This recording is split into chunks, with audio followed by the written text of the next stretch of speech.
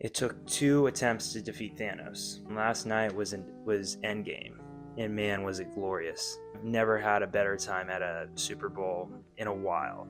And to top that all off, Kendrick's performance at halftime was amazing. I think he did a really good job. Him and SZA absolutely nailed it.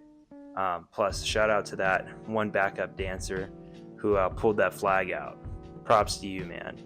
But putting that stuff aside, that's not what I'm actually talking about today. Today I'm talking about this movie called Perfect Days. It came out a couple years ago. It's directed by Wim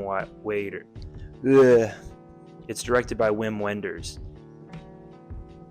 The story centers around Tokyo with a character named Hirayama, and he's basically a janitor. Specifically, he cleans bathrooms.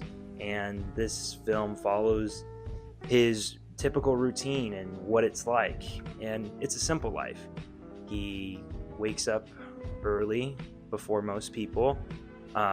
He gets his coffee, gets dressed, gets his keys, gets in his truck, and starts his day. And every day is pretty much the same for him. He drives from bathroom to bathroom, cleaning different parts of the downtown area.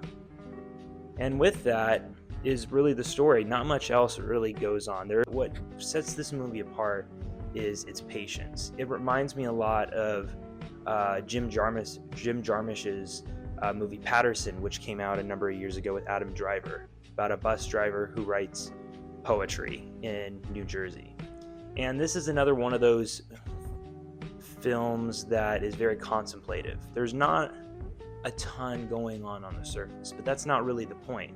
It's minimalism to the highest degree, but not overtly showy in its presentation. The main character is content with his life, and he's happy with it, even though most people, including myself, wouldn't think a job cleaning toilets every day seems the most glamorous.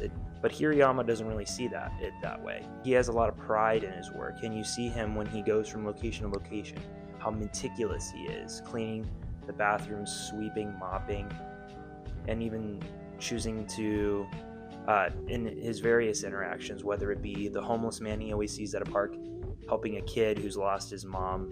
Every time when he goes on his lunch break, he always eats at the same park and takes photos of trees with his camera because he likes how they look.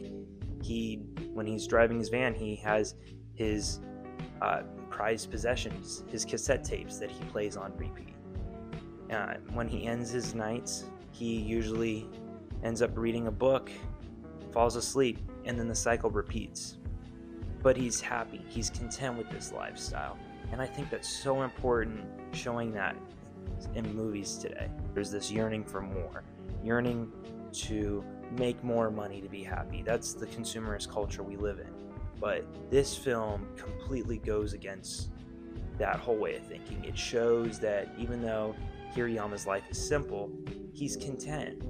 He has enough money to get by every day, and he's found joy in the small moments. Even though he's single and he leads a pretty solitary existence, he doesn't speak too much, he enjoys what he does, and to him, his life has meaning.